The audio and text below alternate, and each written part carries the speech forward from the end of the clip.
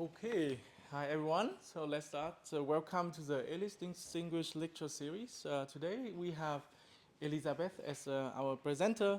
So let me introduce her. So she is a full professor of computer science and founding chair of human-centered AI at Augsburg University. And her focus, research focus on multimodal human-machine interaction, embodied conversational agents, social robotics, affective computing, and social signal processing. As you already get the email, there's a long list of achievements, many things that she achieved during her career. So I want to summarize or highlight a few here. So in 2013, she was awarded an European AI Fellowship. In 2017, she was elected to the Kai Academy, right? One group of the leaders in the field of SCAI. In 2019, she was named one of the 10 most influential figures in the history of AI in Germany. And I think one of the biggest success is just recently in 2021, she won the Gottfried Wilhelm Leibniz Prize, right? One of the kind of highest Indo-German research award. Okay, and one thing that is, or lastly, something that is not written in the bio. So we worked a bit together, and actually she's a very nice colleague, great collaborator and mentor. Thanks a lot for your advice in the last years, and we are very happy to have you here. So everyone, please join me to welcome Elisabeth.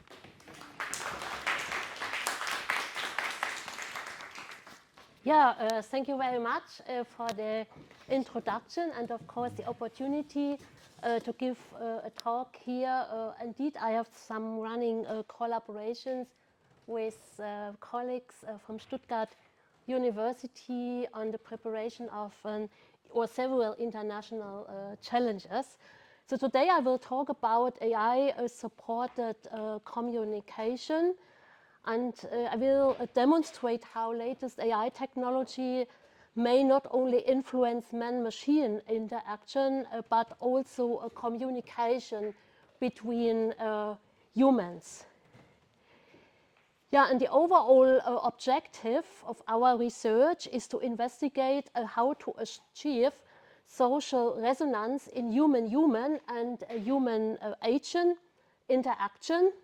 And by social resonance, we understand behavior in interaction that is perceived as empathic, adaptive, cooperative, and most importantly, the real-time dynamics of this interplay. This is very difficult to achieve because it's, in particular in human-human interaction, it's not so easy to anticipate how humans will respond. The idea for human-robot interaction is illustrated quite well on the futuristic image on the right. It's an artistic image. It's not a real robot and not a real human. And the robot here is not just serving coffee, it's also establishing a social relationship with the woman by sharing eye contact. And what I find interesting is the robot looks like a robot, but due to its posture, it appears very human-like. So here's the agenda of my talk.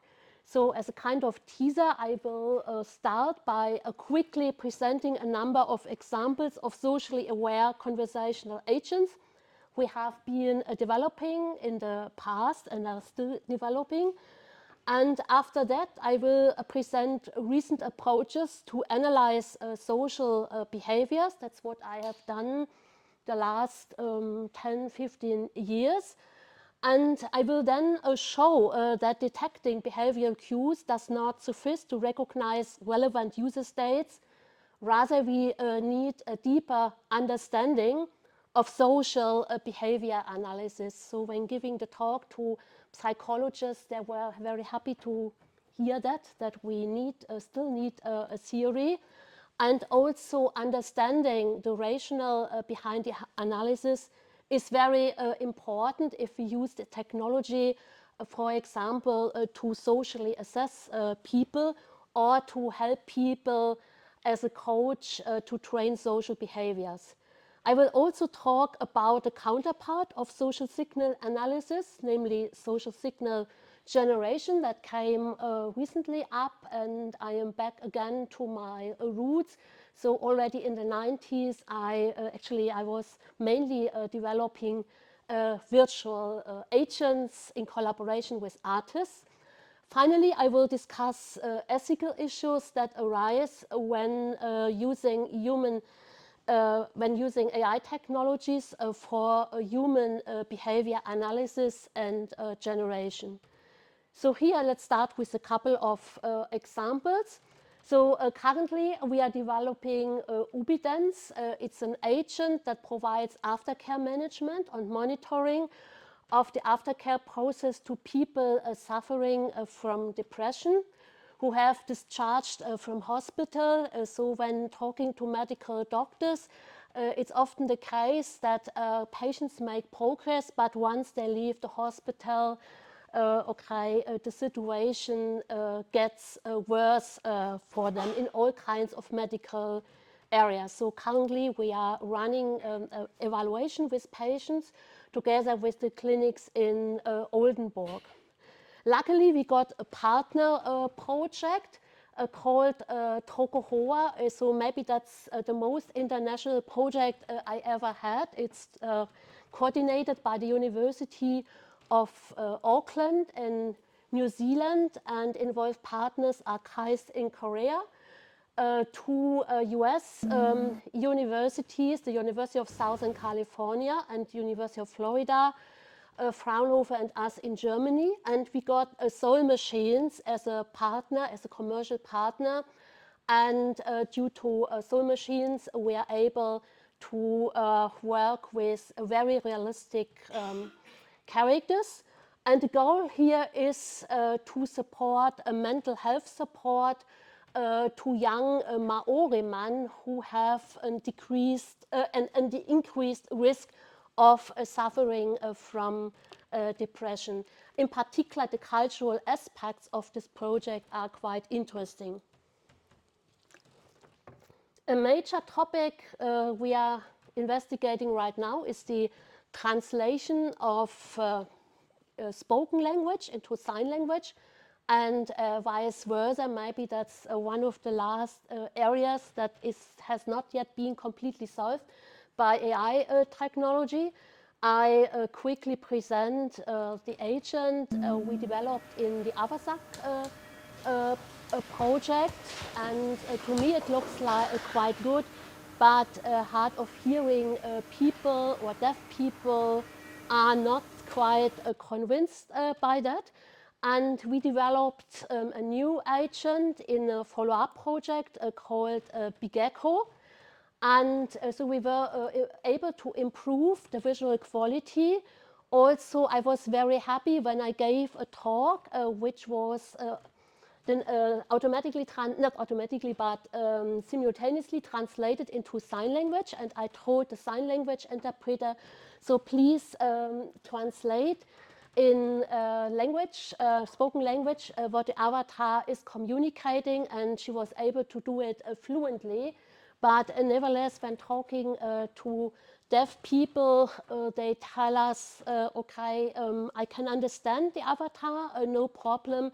The gestures are okay, but the face could be much more expressive. So we still have to work on that, and it's also tricky to interact with our end users, because for each interaction we need, of course, a sign language interpreter, which makes the user studies quite complicated. Yeah, and finally, I also work on robots in a BMBF-funded project.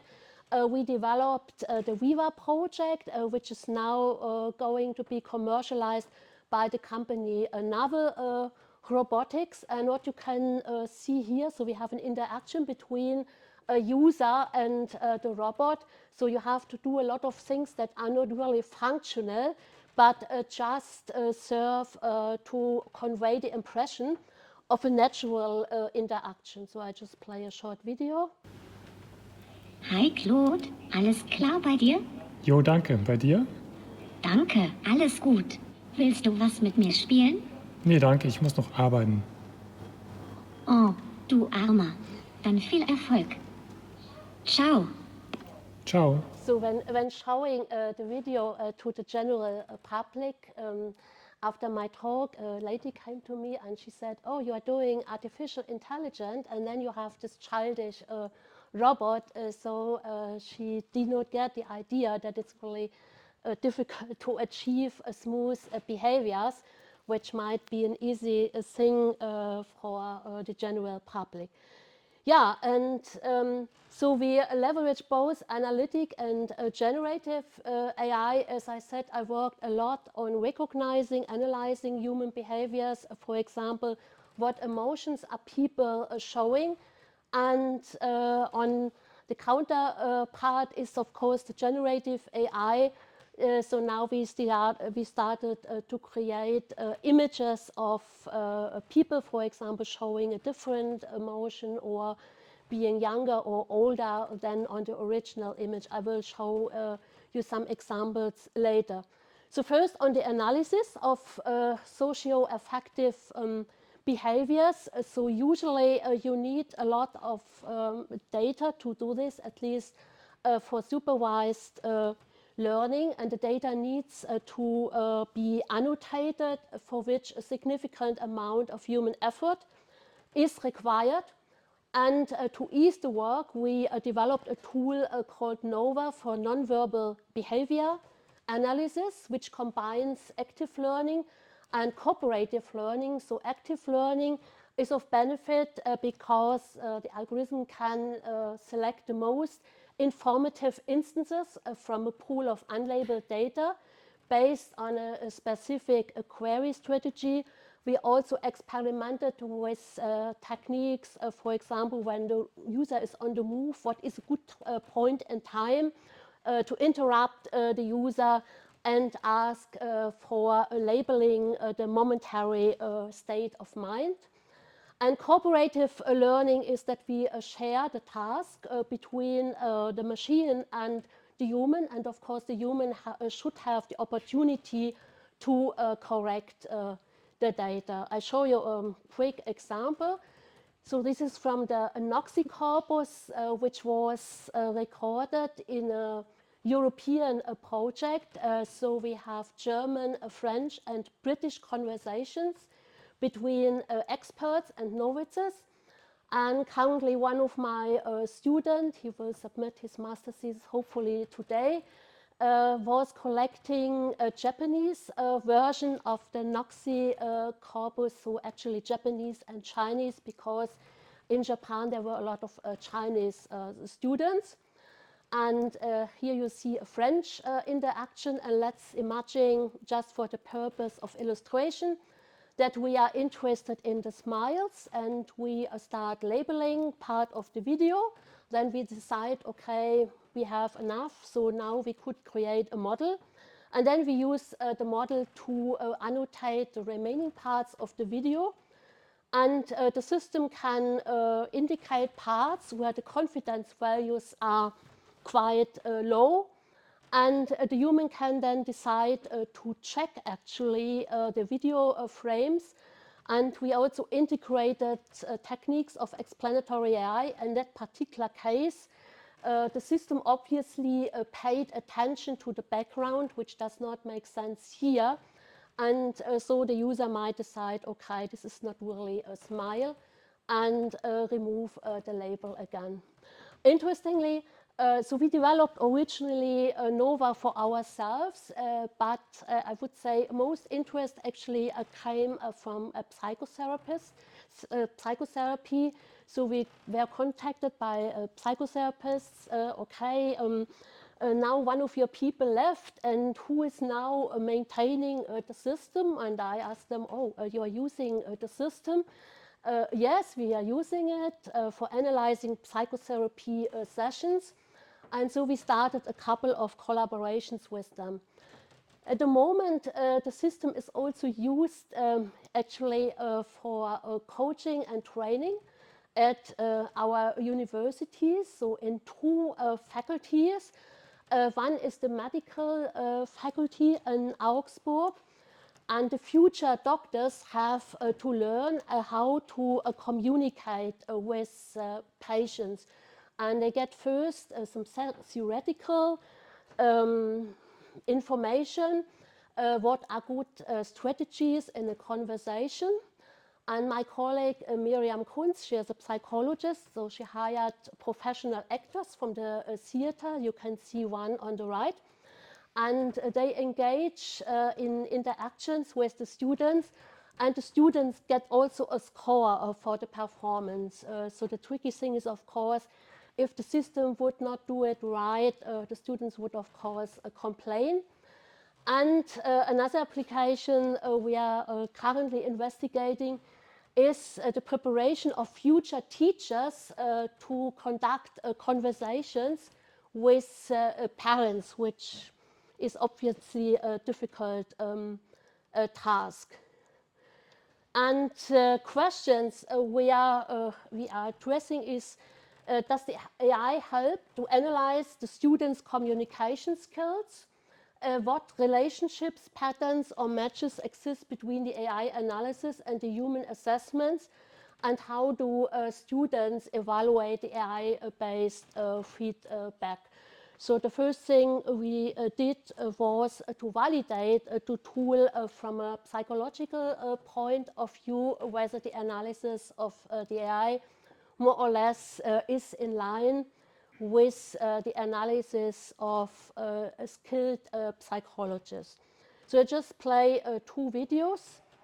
This is the one between a student and an actor as a patient. And the patient is worried about having her son getting vaccinated against COVID. So this video was recorded during the COVID time, and for that reason also the distance between the two is quite big, which looks a little bit unnatural. And here you can see the automated annotations of the NOVA tool, and also labels later assigned by human labelers. So it's a bit low. I showed the other video with the teacher training. I hope it's loud enough.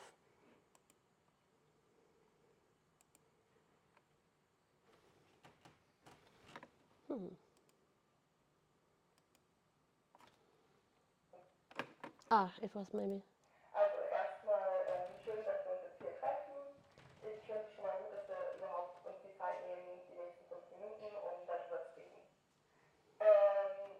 Ja, Entschuldigung, aber ich verstehe einfach nicht, also zu Hause kann er nichts sagen, ja? Und dann geht er in die Schule und hat wieder eine schlechte Note. Also irgendwie verstehe ich einfach diesen Unterschied nicht. Also er ist zu Hause sicher in den Dingen, ich frage ihn ab, er kann die Dinge, kaum kommt er in die Schule, jetzt hat er in der Leseprobe wieder nur eine 4.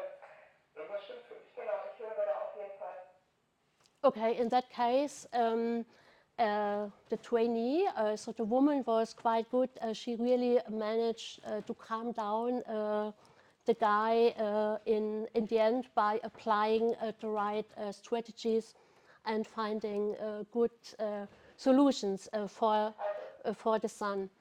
So NOVA also leverages large language models, which bear really a great potential. So for example, what we can easily do to ask the system to summarize the provided data, which of course also saves a lot of effort if you have a longer session with a patient to get a summary of the session, also to prepare for the next session.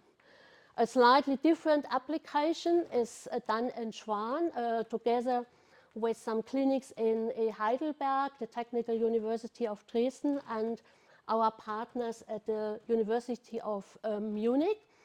So here we investigate the dynamic interplay of interactions between parents and their baby.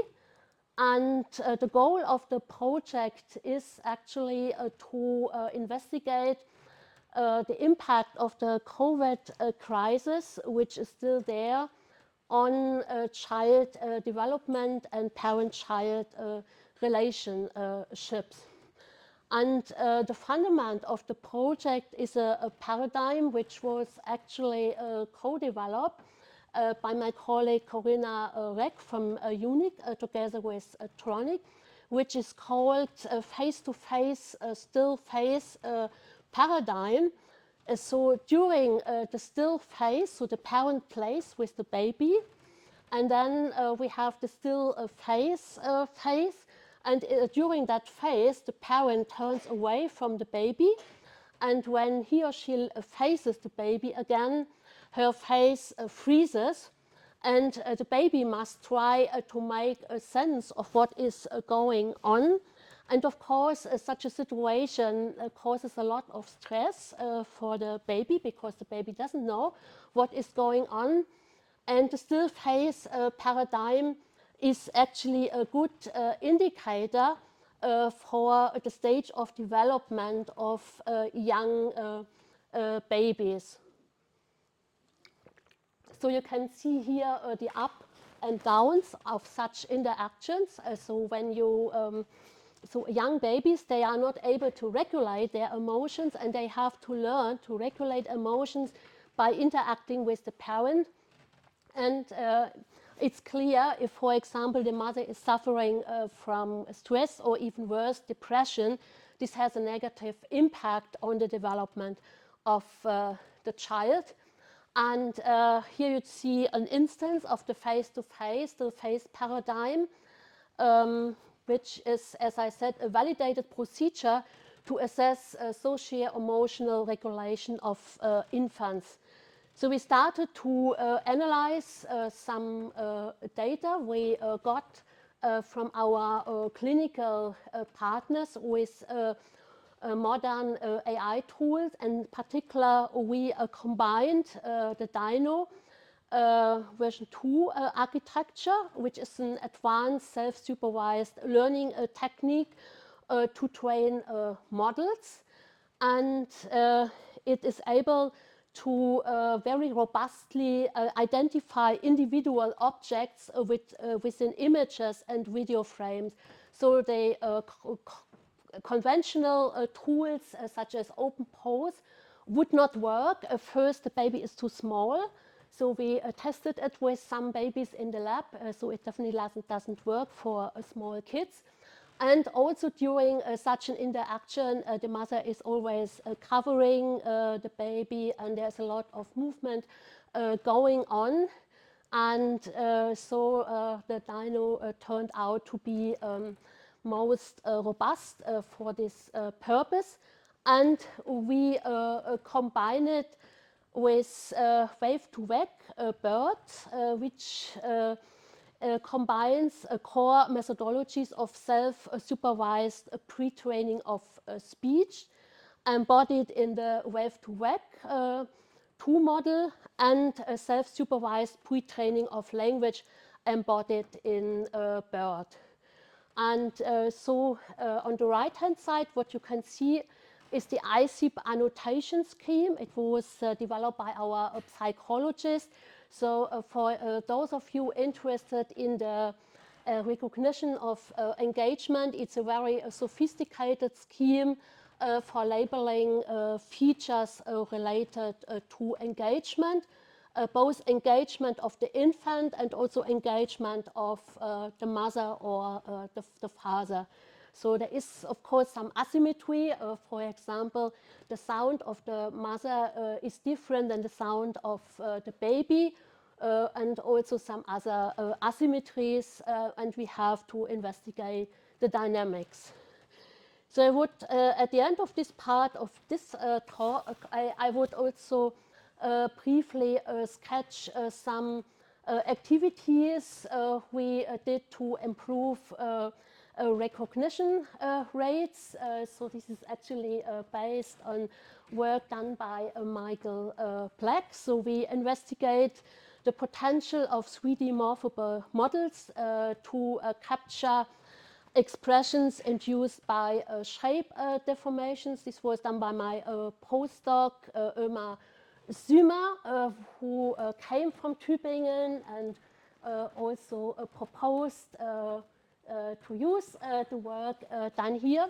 He already left. He is now working at the German Cancer Institute, but still supporting us. And he said basically it's all the same technology, which is good. So we made good progress with the detection of valence and arousal, and but the detection of individual facial action units is still a challenge. Another, let's say, trick we investigated refers to fusion to improve the recognition rate, and we investigated how actually to adjust the fusion weights to maximize the multimodal fusion performance. And the approach is based on the consideration that the predictive uncertainty of an estimator must be simultaneously both well calibrated and well ranked. And you can see the idea on the pictures. When the face masking is applied to the video stream, the fusion output relies more on the audio modality. And after removing the face mask, the fusion weights value adjust accordingly again. So overall, the recognition of emotions, at least from social signals, is quite good. But unfortunately, that's not enough. And also, it raises a lot of misconceptions, in particular for the general public. So understanding what somebody is doing with the voice or doing with the face does not mean that you can really read the emotions of the person. I would like to show you an example. So we recorded videos for a project on job interview training between an interviewer and an interviewee. And when you look at the interviewee at the right, you could say, okay, so she's smiling, maybe she's happy, maybe she has the feeling she is performing well. But if you look what the interviewer was saying, so we, before we start, a short question: where did you get the outfit? Somehow it doesn't fit you. Okay, obviously she is not really happy. When doing an analysis, of course, the system would actually come up with a high confidence value for happiness. And so we thought it doesn't make sense. We really have to combine that with a model. And since this was obviously a situation where a shame is evoked in the person, we decided to pay particular attention to shame models. And the famous shame model is one by Nathanson, the compass of shame. So to illustrate the idea, we have a situation.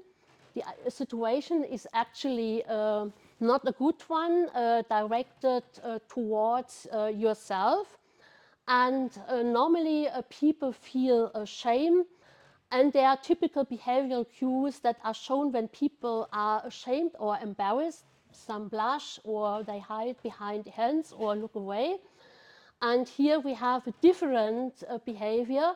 So we have a sequence of smiles, gaze aversion, and body touches. And so the assumption is that the person did not show the shame directly, so she tries to regulate shame. So what are strategies to regulate shame? So what you can do, you can try to avoid the situation. You simply distract, you start a different topic, or you withdraw from the interaction. You simply don't say anything. You attack the other. She could have said, okay, why didn't you tell me how to dress up in your company? Or I think your company is boring. She could have attacked herself. She could have said, oh, I'm so sorry, I always make the mistake, and so on, or any other strategy. And here, so we had a paper on this together with psychologists. So our assumption was, okay, she avoids the situation, so the shame regulation strategy is avoidance. And recently I could not resist to do that. So I asked GPT-4 what GPT-4 would actually come up with what kind of shame regulation strategy. So I described the situation. So I also verbalized the nonverbal signals I could observe. So the interviewee opens her eyes, briefly pulls down the corners of her mouth, then she smiles and picks at her dress. Finally, she answers, I, exhales, and continues. And yesterday, the language model came up with the suggestion, attack other. And I find the reasons or justification quite convincing. But the problem is I did the same in spring. And in spring, an earlier version came up with a different interpretation of the same description of the scene. And I found it plausible as well. So this is really a big issue with the language models, and also here with the ground truth. Actually, we would need a psychologist and somebody to look inside this person, what she really feels, and asking the person is also tricky because she might not want us to tell everything about her internal processes. So this is a difficult topic, what we have to do. And normally psychotherapists, in psychotherapy, the psychotherapists try to analyze the situation. They also encourage the patient to talk about the feelings, and we have to see how useful they find the insights from the language model. So at least the psychotherapists we work with, they are very excited about it, and they see some value, but there is a lot to do. So regarding the explanation of social behavior, so when we simply present a prediction of a mental state or a prediction of a behavior or a score, we need some justification, in particular for situations where the technology is used for applications like social coaching. We did a lot of work on job interview training. So here you see a situation where a young lady is having a virtual job interview with an agent, not to get a job, but simply to train the situation. So I think it's not a good idea to use agents to pre-select candidates, but I see a big value in using the technology for social coaching. So I don't show, for time reasons, the video, but you can imagine the situation. And instead, I show you, for example, here a kind of explanation of the NOVA system regarding the behavior of a person in different situations. So we are in particular interested in engagement. So we found out, so when you apply for a job, you can make a lot of mistakes, but the worst thing what you can do is to appear completely unengaged. So everything else is not as bad as appearing unengaged. And on the left, the person is doing quite well. So he has an open pose. So he's leaning forward and he is looking towards the interlocutor. Also for the voice activity, movement, energy, detected social cues, all is fine. On the right-hand side, we see a completely unengaged situation. So the guy is leaning backwards, crossing arms, looking away. So when you look at books on social coaching, you are always told crossing arms is bad. I would say from the experience with that system, crossing arms as such is okay. But if you cross arms and look away, that's a little bit too much. And we evaluated the system in a school in Saarbrücken and a school in Augsburg. And so the pupils had job interview training anyway. This was a great opportunity for us. And on the first day, the pupils had a mock interview with a human practitioner. On the second day, we had two groups, one interacting with the training game, and the other one got a book, I think from AOK. And on the third day, they had again the mock interview with the human practitioner. And the human practitioners didn't know in which group or condition the pupils were on the second day. And what we found out that the pupils who had interacted with the virtual job interview trainer were rated significantly better by job trainers than pupils who prepared themselves for the job interview using books. And what we were really happy about, so the pupils who had the virtual trainer appeared significantly less nervous, because this was exactly what we wanted to help them with to deal with difficult situations. We also got positive verbal feedback from the teachers. So the teachers were actually surprised, I think, that it went well. So we had one teacher, he said, okay, I'm willing to test the system for you, but I don't guarantee for anything. It might be the case that the pupils make fun of the character and they offend the character. It can be a complete disaster, but I will do my best. But fortunately, it worked. The students were cooperative. And the teachers also said it actually transports the experience into the youngsters' own world. And the students said, okay, the feedback was much more believable when it came from the machine. And when you look at other studies, people trust more in figures coming from the machine than in figures coming from humans. Yeah, and we did quite some work on explainable AI, and we use generative adversarial networks, in particular to generate counterfactuals. So counterfactual means if you have a result, for example, from a classifier, and if you ask, okay, I don't understand the result, why did you, for example, believe that I was disengaged in this interview? And then the system would create a situation when the behavior would have been evaluated much more positive. And this can be done with generative adversarial networks, where you have a generator and a discriminator competing against each other.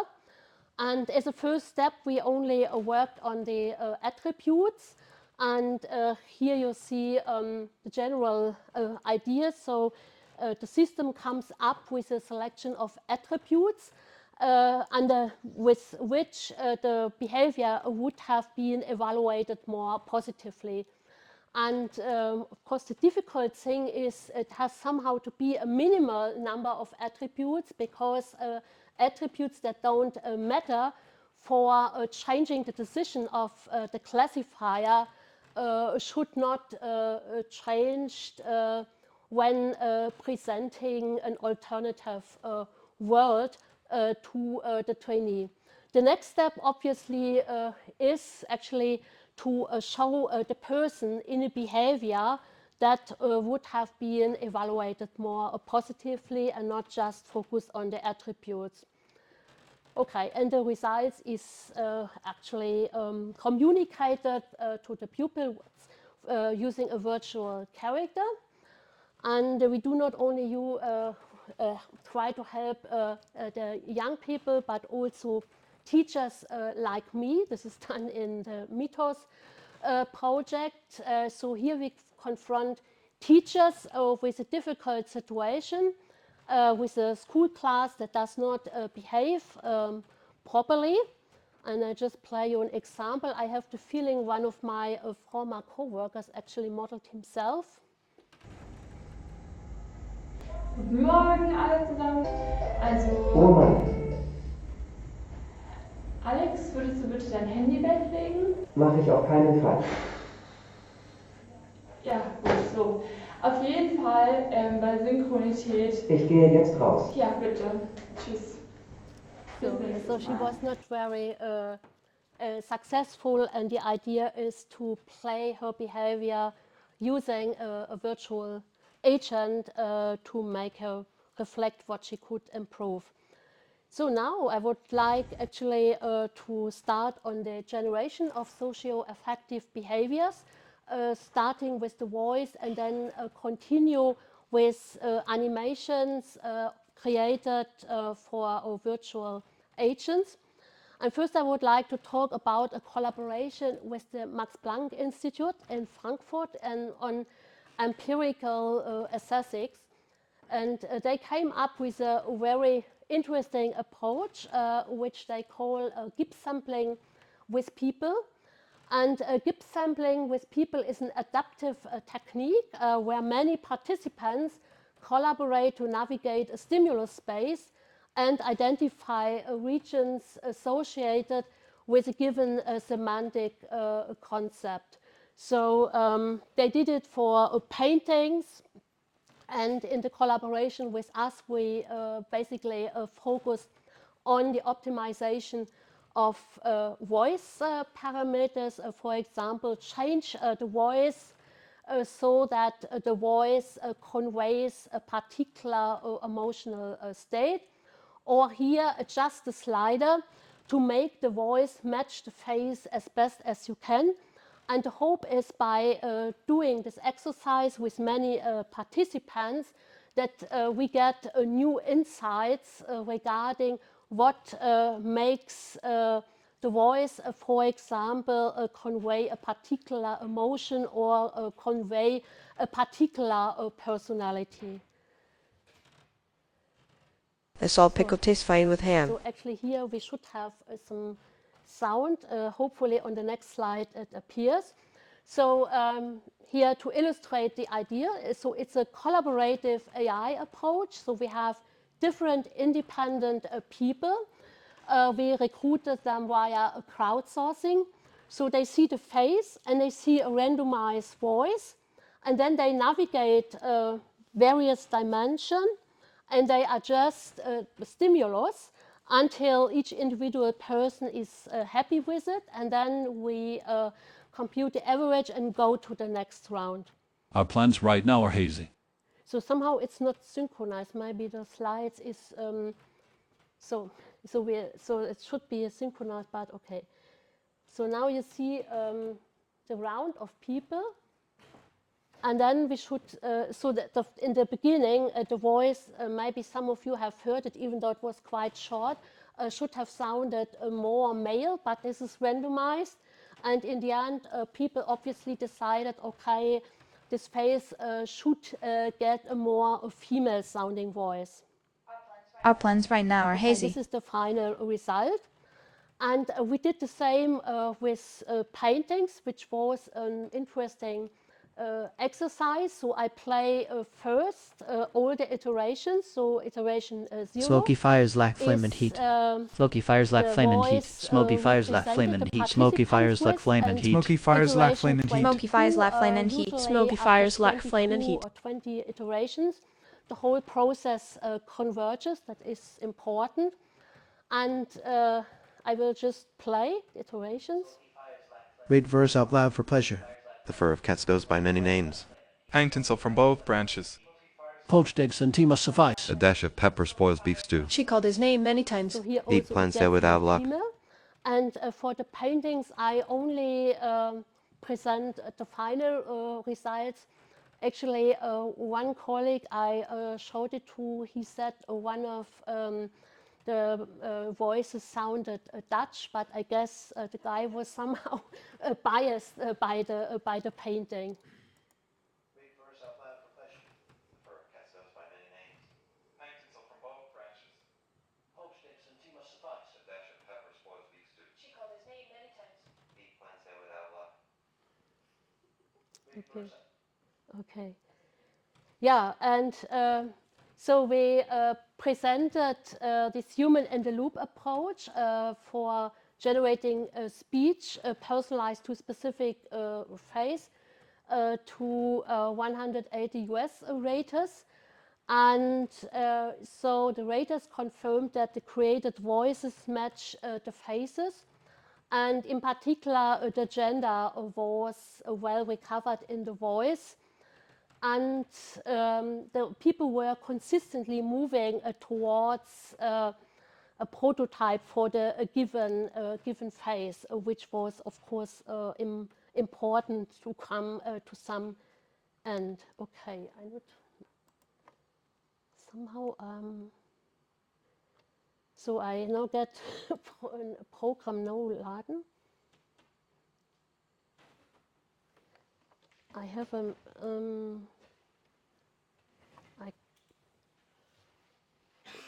I have to start the slides again, unfortunately.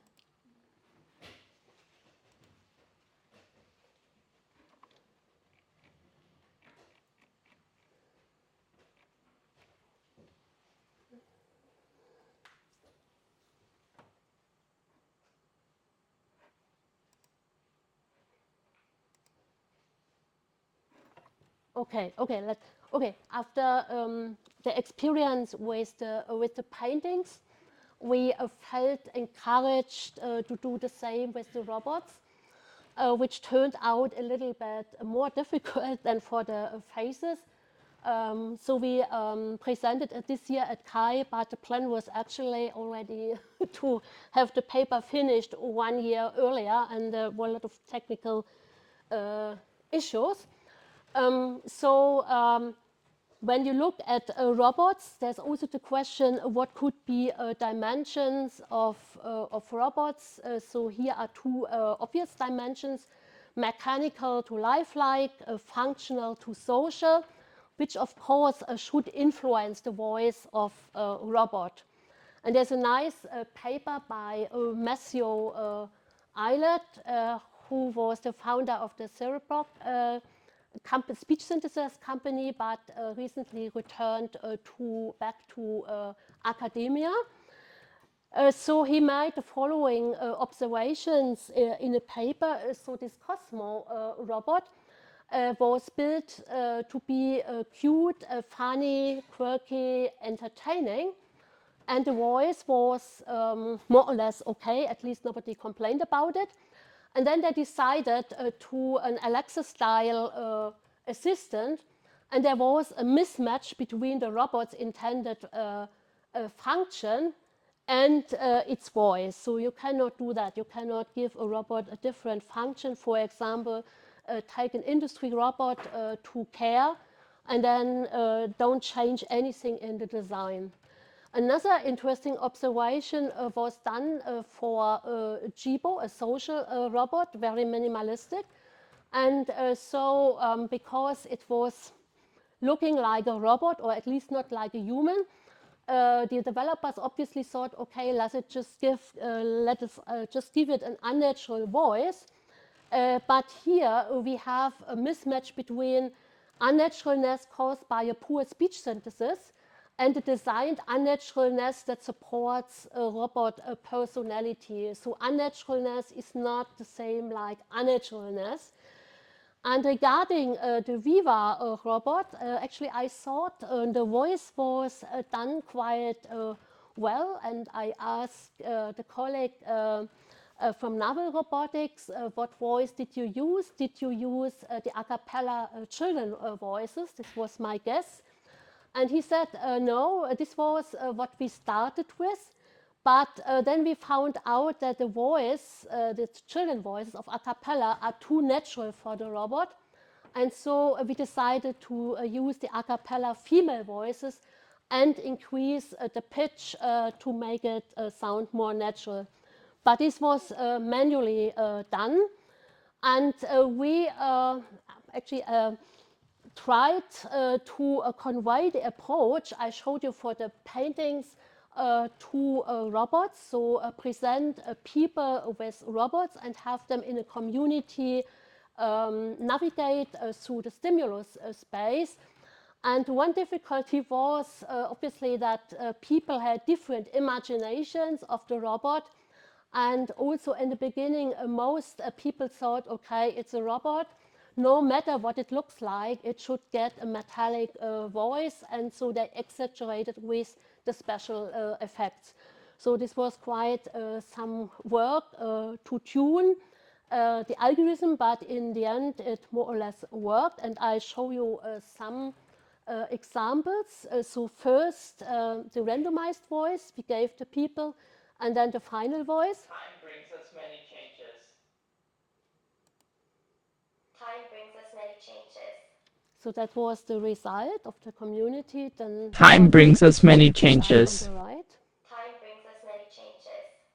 The small red neon lamp. Time brings us many Was the changes. randomized voice in the beginning. The small red neon lamp went out. The small red neon lamp went So out. obviously the people agreed it should be an old robot and it should be calm, not too hectic. Now another one. Tongs lay beside the ice pail. The tongs lay beside the ice pail. Tongs lay beside the ice pail. Here they used the metallic voice, and now Einstein. No hardship seemed to keep him sad. No hardship seemed to keep him sad.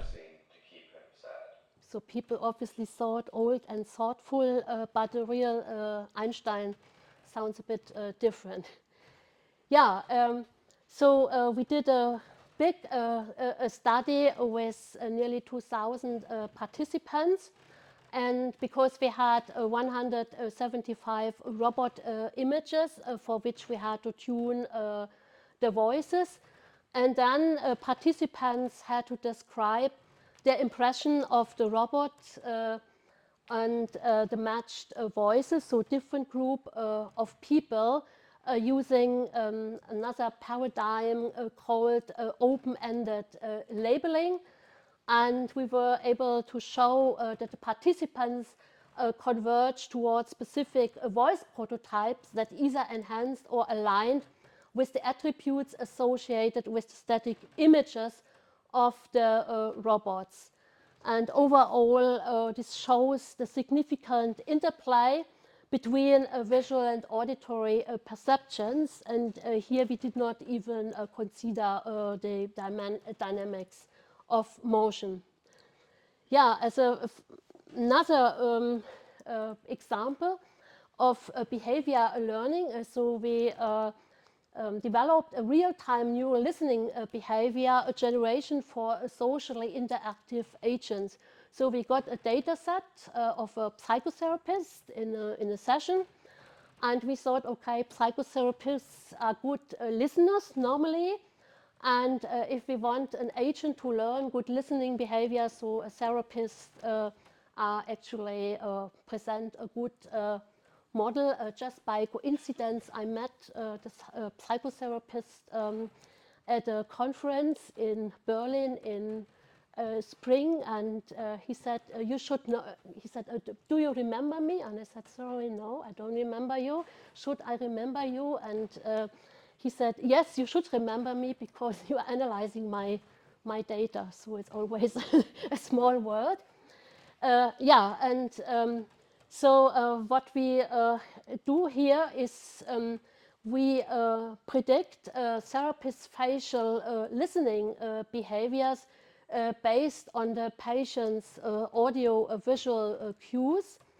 And so the process comprises two main steps, so pre-training an autoencoder and training a cross-modal transformer. And I will just show you a video, it's intended. There is one part in the video where the character is behaving in a quite an odd manner to show you some of the difficulties. We present Renelib. I would like to discuss some things with you, if you are willing to listen to me carefully. That right now I'm having some issues with focusing on my work because right after vacation. ReneLib stands for Real-Time Neural Listening Behavior Generation for socially interactive agents. Several conferences that I'm planning. So the difficulty is, of course, to apply Given the multimodal inputs the from learned the behavior interlocutor, to a real ReneLib interactive generates situation. real-time listening facial behaviors for the socially interactive agent, enhancing the interaction's realism. Bit sold working with my colleagues. They are very nice and they're very helpful. A key component of this work is the flame, faces learned with an articulated model and expressions model, which plays a pivotal role in generating interlocutor-aware behaviors. Flame provides highly expressive 3D facial parametric representations, enabling them to learn human-like non-verbal cues such as facial expressions and head movements accurately. Furthermore, we adapt the flame-generated outputs to ARKit blend shapes, another parametric representation widely compatible with numerous interactive agent platforms. But the summer is coming. That's something to be nice and happy about because the summer is always nice in Germany, right? And yeah, I think that's a positive note. Yeah, so the session is for me to kind of get an idea. Yeah, so you have seen that some issues still exist. So one is that the framework is agnostic to the concrete application scenario. So the generated behaviors might not be appropriate to specific contexts that could be easily resolved, but makes the model less general.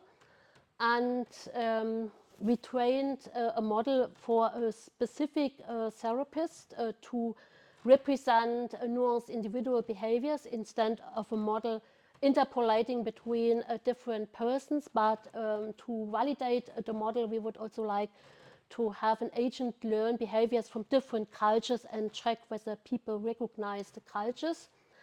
And we also did not apply any smoothing or interpolation between predicted animation sequences. That's why the behavior did not appear very smooth. Okay, and this is the final part.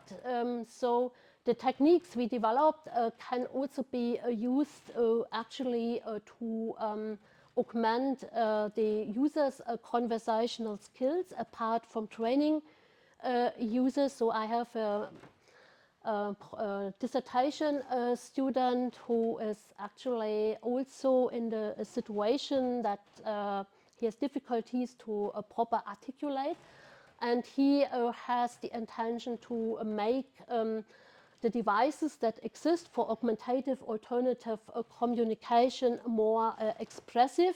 So his initial goal was to give the AAC devices emotions, but based on the research we did for paintings and robots, we thought it might be a good idea also to convey a specific personality.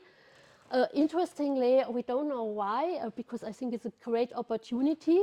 There exist a lot of AAC devices on the market, but there are actually very limited options to control the actual voices. There was an initiative by a company a couple of years ago, but it was given up again.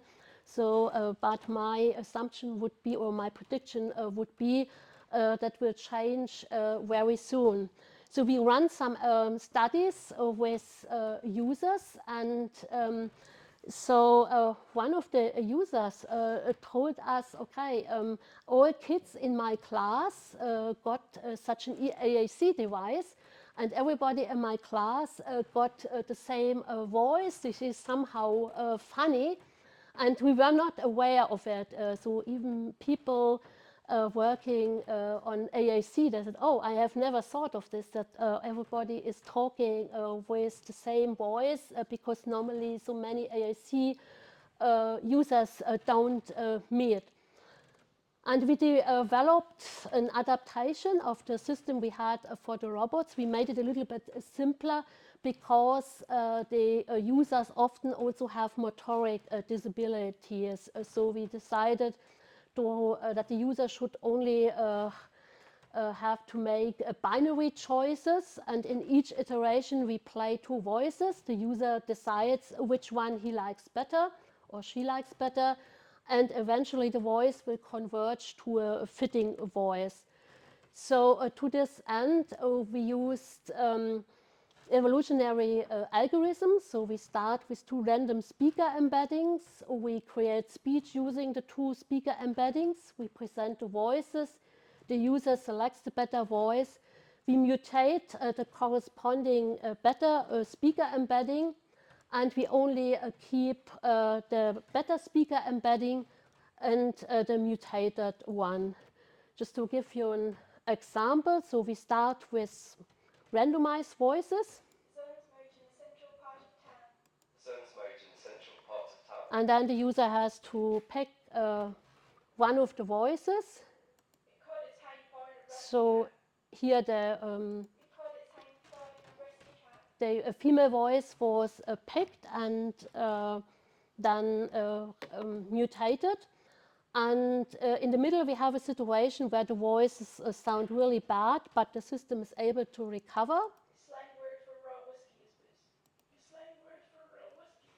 So this is in the middle. We have that's of course frustrating for the user. So, and this was in that case the final voice.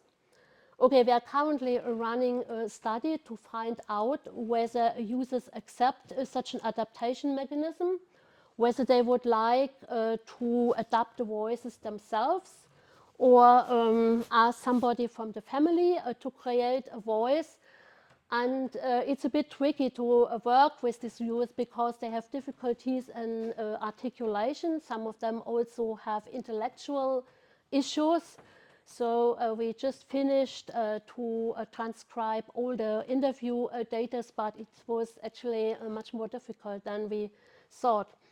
Finally, I would like to raise some ethical issues, in particular with the generative AI. So last year in May, I asked, so I generated a prompt, a professor and a student, and what you can see here 1 year ago. So only male professors were presented to me, and now it has changed. So you get now the system is really very much concerned about diversity, but it also tries to actually merge always the cultures, and it's a kind of forced diversity. So it does not appear very natural to me. But these are the issues, and we found the same out with our study on the robots, actually. So it was nothing. It's nothing new. Many commercial voice assistants use feminine-sounding, polite, playful voices by default, and the same was done by our participants. So when you look here at the cluster, so we have a cluster playful, female, feminine, cute, young, friendly, humanoid, clear, human-like. Similar patterns for the male. So maybe think about what stereotypic attribute you would allocate to a male person. So at least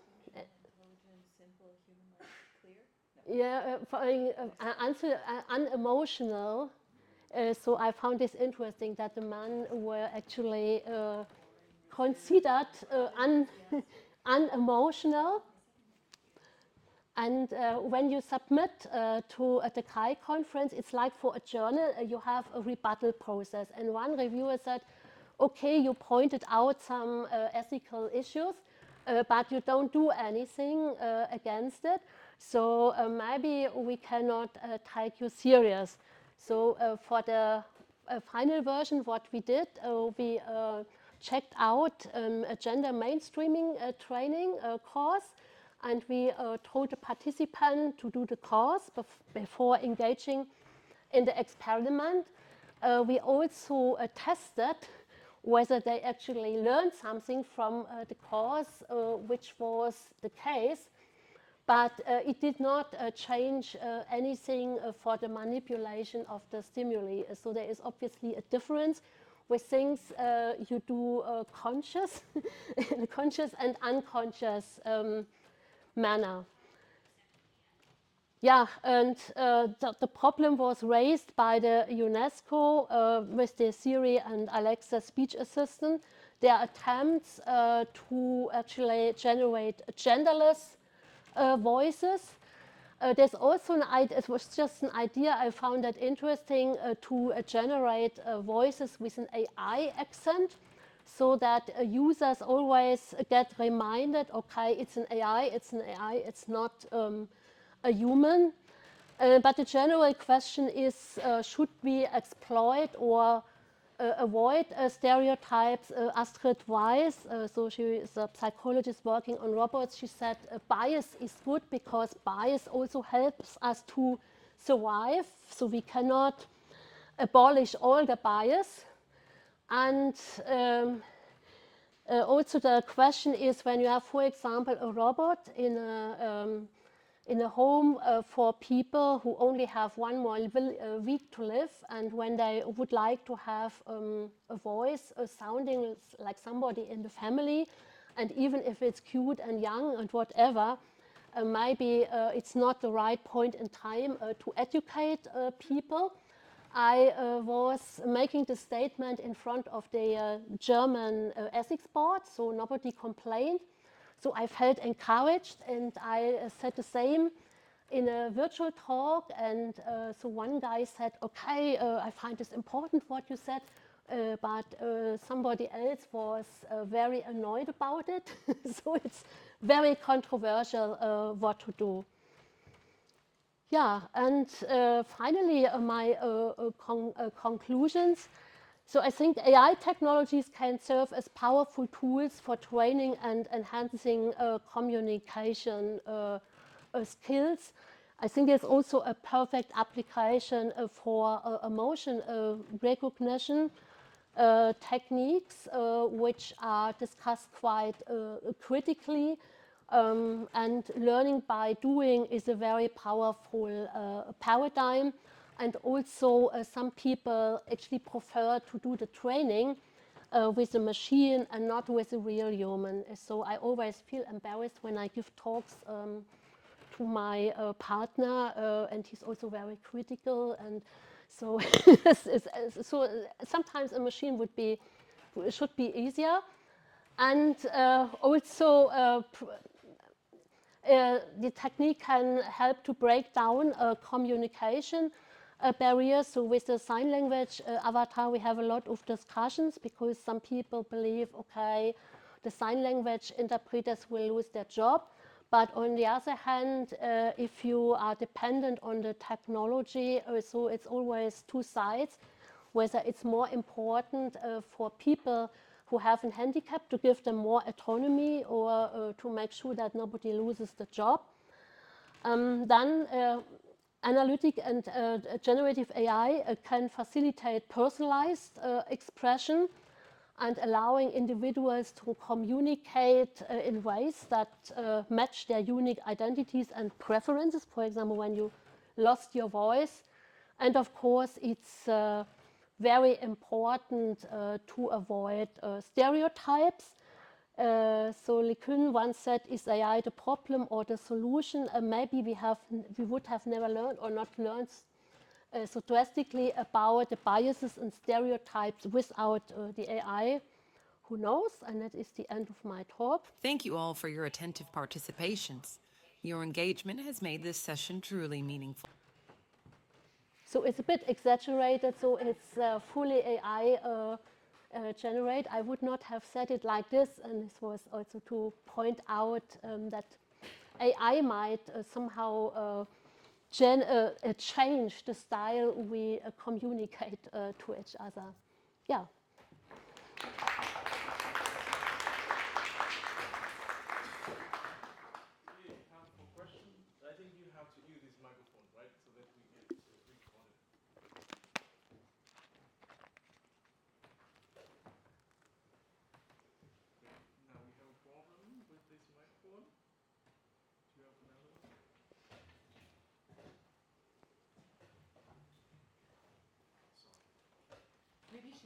repeat the question? Is that okay? No, it shouldn't. Well, this is me, so. Thank you for the beautiful talk. I have first a simple question. I don't do voice verbal research myself. How important is it, the phrase, the sentence that you have the voices say, to make sure that the listener hears the whole expression? Is there some metric? It seemed to me just random phrases when we were hearing the synthetic voices. What is good practice? Does it matter what you say, or is it important? Definitely it matters. This is also an issue regarding the evaluation, and it's due to the fact we simply would need more data. And when we do the stimulus manipulation in around, the people don't have an infinite amount of time, but you are completely right. Also, when in one case what the voice is saying is preserved, and in another case it is not, the people might give a different evaluation for the quality of the voice. Yeah.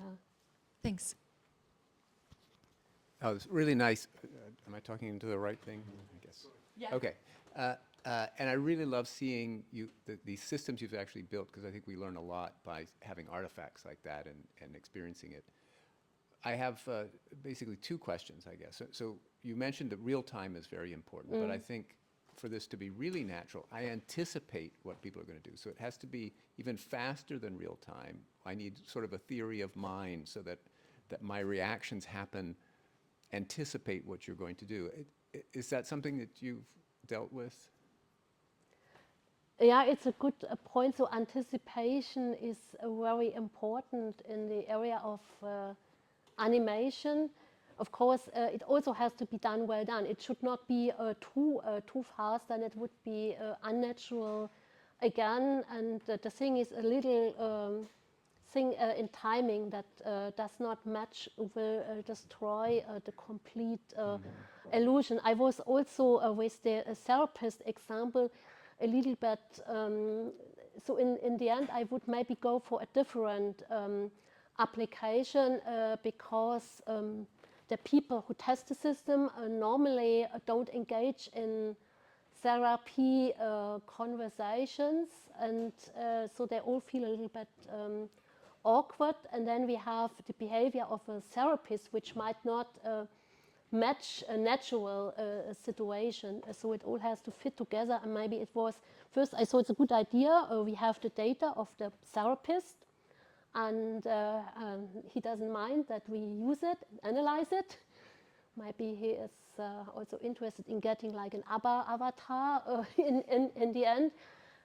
But maybe a more natural scenario would make it easier. But the anticipation is a good point. While it's important to say anticipation does not mean just fast. It has to be really anticipated. Like I see you giving me something and I reach my hand already. Yeah. So I have another question. I mean, obviously the technology is not there yet in terms of the visual appearance and the motion. So there's still an uncanny valley, and it's but there's these two components: the sort of appearance and the movement. In your experience, which is one of those more important than the other, or where should we be putting our focus? If I had to improve one, what would it be? I think it would be the motion, because you could also animate a skeleton, and it might be very engaging. And it's sometimes also, so in my, let's say, my previous life, it was somehow with the designers I had, they always wanted to create human-like like characters. And I could not tell them, oh, I would like to have something like simple, like the Pixar lamp. I would have appreciated that more, but they always created human-like characters, and there was always this mismatch and even if the character, because if I told them to design the animations, it was of course looking good, but then the voice was the issue, and it has to fit all together, and this makes it really very tricky. Yeah, thanks.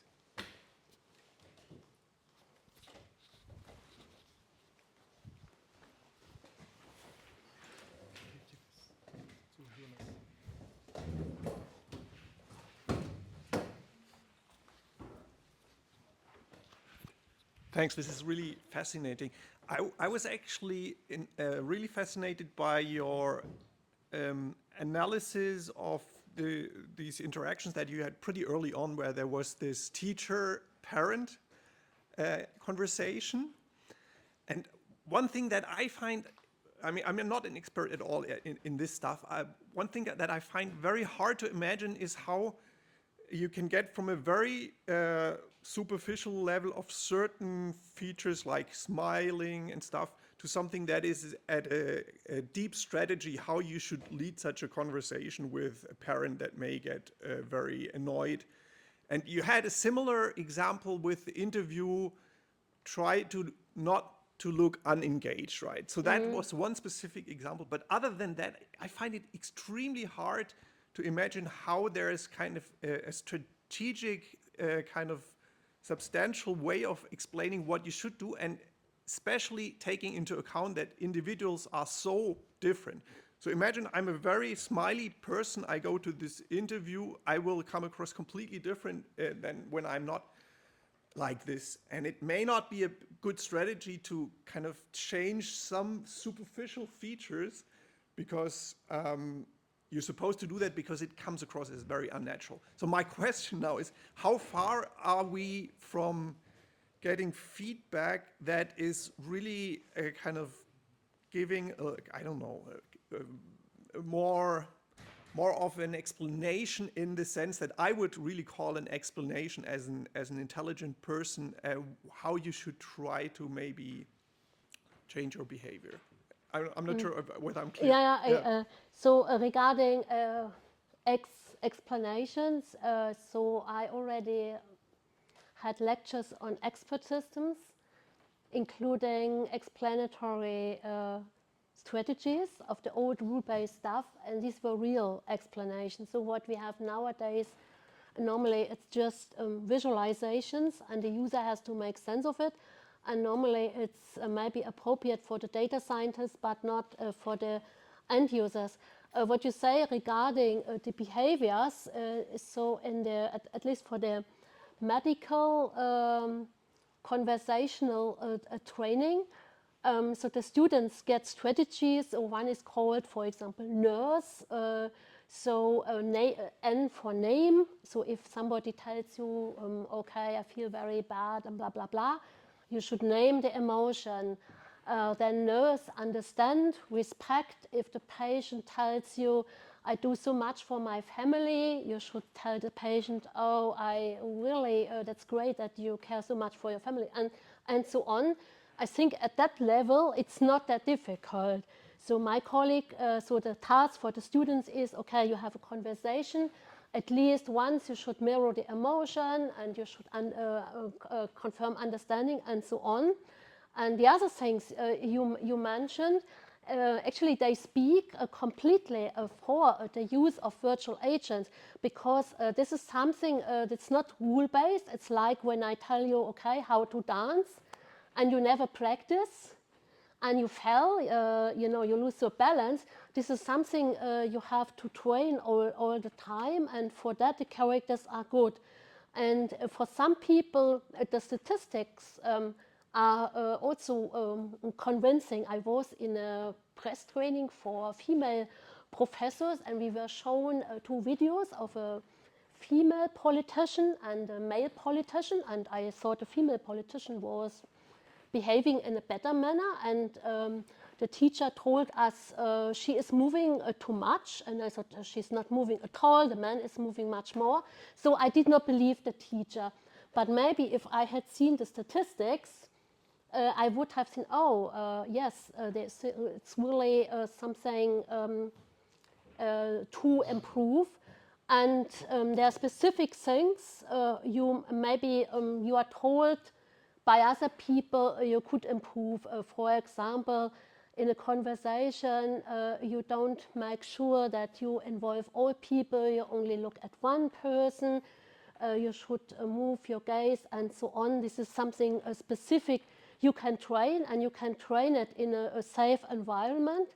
And finally, the mechanism of counterfactuals could be a really very promising thing. So if just a tiny thing, for example, in your gestures are not optimal.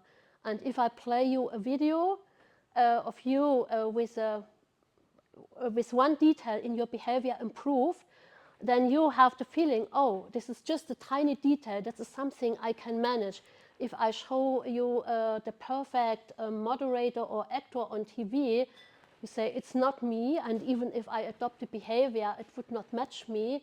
And so I think in the long run, there is a really great potential, because you can exercise again and again in a safe environment.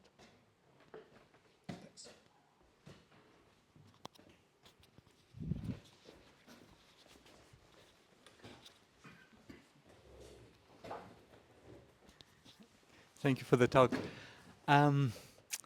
It seems that you have a lot of interdisciplinary research.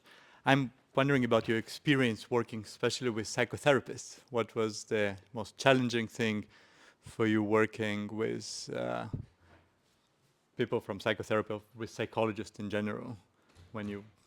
So I started even longer than 20 years ago. In 2001 or 2003, we had a Humane Network of Excellence on emotion research, and at that time I had a Korean co-worker, and there was a cultural clash because he was an electro engineer and the others were psychologists, and obviously he had told the psychologists that they don't have any knowledge about the field, and so it created some tensions, and then one psychologist complained about him, and I asked for more details, and the short answer by email was, so your co-worker knows a lot about technology and nothing about people, and for us it's the other way around.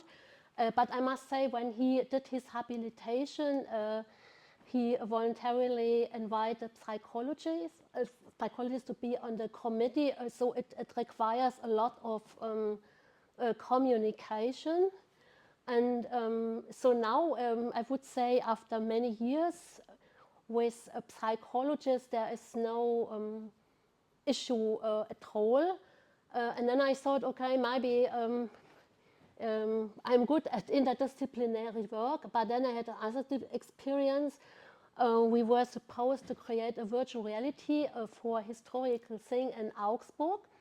And the guy from the tourism center said, okay, let's do the battle here and here. And I thought, a brilliant idea. And then a professor of history told us, no, that's not, we don't know where the battle was, and that's why we cannot project it at this river. And I said, what is the problem? It's just the experience. And he said, no, then my colleague in Magdeburg tells everybody this guy doesn't know where the battle is, and now he's involved in that project. So you always come up with different problem, and you have to, of course, to communicate, and take some time. But I think in the long run, it's really an enrichment. So.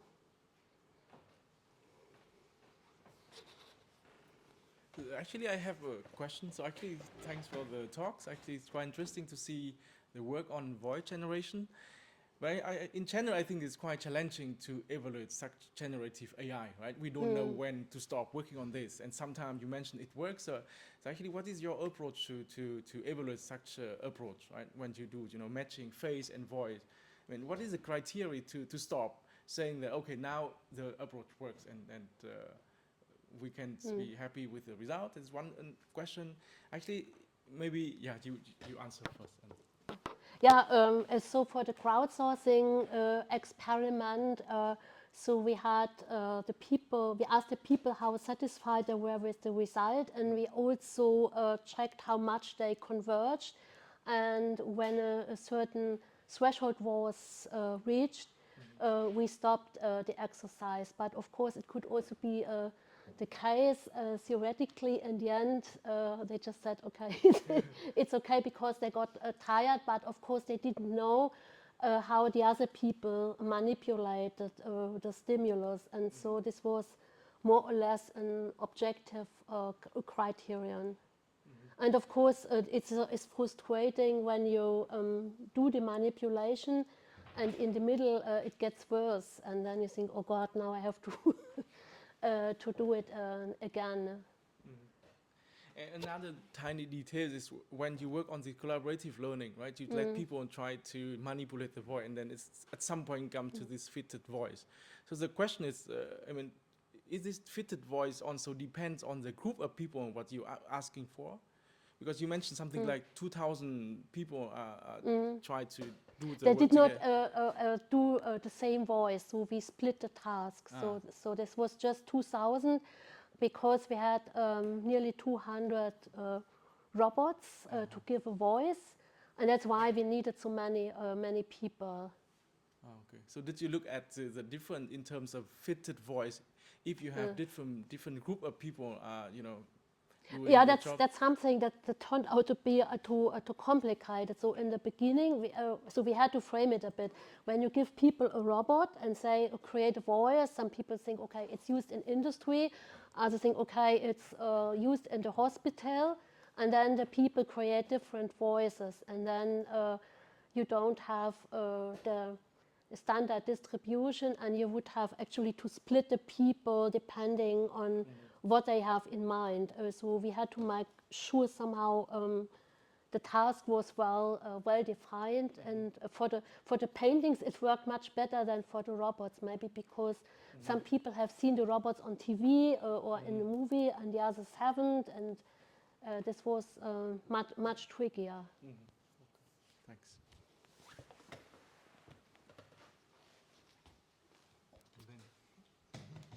Yeah, so I have a question that goes in pretty much the same direction about the voice generation for maybe like entities that have not such like don't have a visual representation or so. So when you think about, for example, ChatGPT, and now they gave it a voice as well, and it sounds like Scarlett Johansson, and I'm wondering if that's the right choice. Or you mentioned this AI accent. How could something like this look like? Like, what would be the target position in the latent space for this voice embedding? How could you find this? Yeah, I guess then you really have to, or you will find out when you do the exercise that the people diverge too much, and then maybe you have them first run a dialogue on a specific topic or whatever, or to describe the characteristics of the ChatGPT or whatever you use. So you have to, you need a well-defined task to make it converge. Yes, thanks. Thanks for the talk. So one question I had regarding the voice synthesis, where you did this Gibbs sampling with the people, was whether you also considered landing in different local minima. It's kind of connected to the previous questions.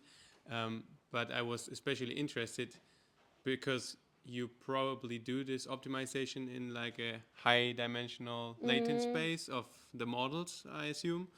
And then it would maybe be of interest to search for commonalities between the different local minima that people choose, and maybe that there is some kind of a dimension which you can identify as a higher level feature, which people commonly find appealing in voices, for example. And were there any like results in this respect? So we did not look at local minima, or that people actually went in two different directions, because that would have made the overall experiment too difficult. And so our trick then was, okay, to constrain the task in such a way that the people actually did not have this local minima. And maybe also when some people saw, okay, it's moving into a certain direction, it's not what I had in mind, but it's okay, let's continue with that. And in each, maybe in each iteration, only one dimension was actually manipulated. So, and this was not doing several dimensions at the same time, only one. And you might come back to a dimension you had already done, but not several dimensions at the same time, which is another limitation. Okay, then I would have a follow-up question on Yeah. that, because with the same data, like if you just have one local minima, you could check how the improvements are kind of aligned. So every time somebody tunes something, I assume it's like not one direction in this latent space, but it's just some linear combination, randomly selected at the beginning probably, and then more sophisticated in the end.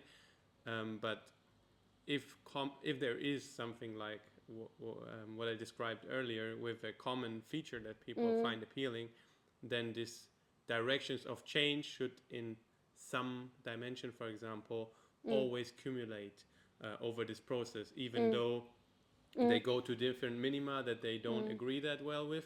Their changes should always statistically tend to go towards one direction. So we looked for specific attributes. So gender was an obvious attribute, and then we could see, okay, it was actually in the beginning people diverged more than in the end.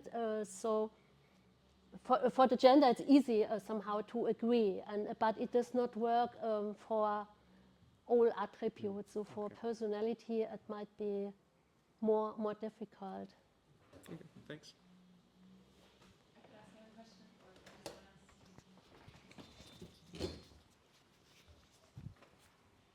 Thank you. I want to ask about the study you showed with the 13 to 16-year-olds and the interview coach. I was really impressed with your results. I could imagine a whole range of things that the virtual interview, this intervention, just from having it and reflecting or watching it again, or the coach afterwards somehow giving you feedback, or even live real time saying, oh, did you notice you just did that? Maybe don't do that, and kind of switching. Could you tell us what you did in this study? What was the avatar doing? And what do you, is there more like that you think could be even better? Maybe I should have shown the video. So the avatar was basically running a scripted dialogue where you go to different phases of a job interview. Tell me why you applied for a job in our company. Tell me about your weaknesses. Tell me about your strengths. And the key is the user actually need to be cooperative. If they don't want to engage in the role play, okay, they won't be able to learn anything. What we also did that was easier for the users, but also easier for our system. So we gave them play cards and told them, okay, and now we have a greeting situation, and in a greeting situation, it's important that you share eye contact and that you show a friendly smile. And then the system could in particular focus on these attributes and the users as well. And this worked quite good. It also worked when we presented it at a big educational fair. So the company we collaborated with said, you cannot present the whole system, the people don't have time. We have to show something very simple. So the simple idea was to have the character.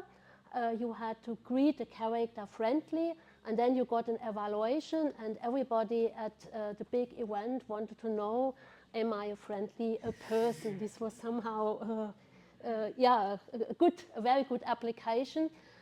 Bad for the company. Nobody was interested more in the augmented and virtual reality stuff with the classes, because it was simply easy to do. Stand in front of the screen, smile at the camera, smile at the camera, say hello, and get your evaluation. Yeah. And basically, it was going through these different stages, and you can try it out.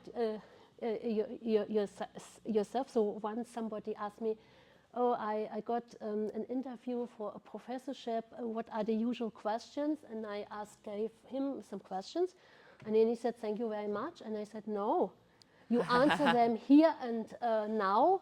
I don't let you go. You answer them here. And then he said, no, that's stupid. And I said, no, you answer them to me now. And he was stammering, even though he thought it was easy. When you have to do it, it's much more difficult. And then you can go into the exercise again, and again. Yeah, and then after the people interacted with the character, they got the evaluation, and the evaluation was actually so not for the study, but for the real scenario with a virtual human coach who said, okay, here you appeared not very confident, and you looked away, and this was not good, this was not very convincing. So that was the idea. Thanks.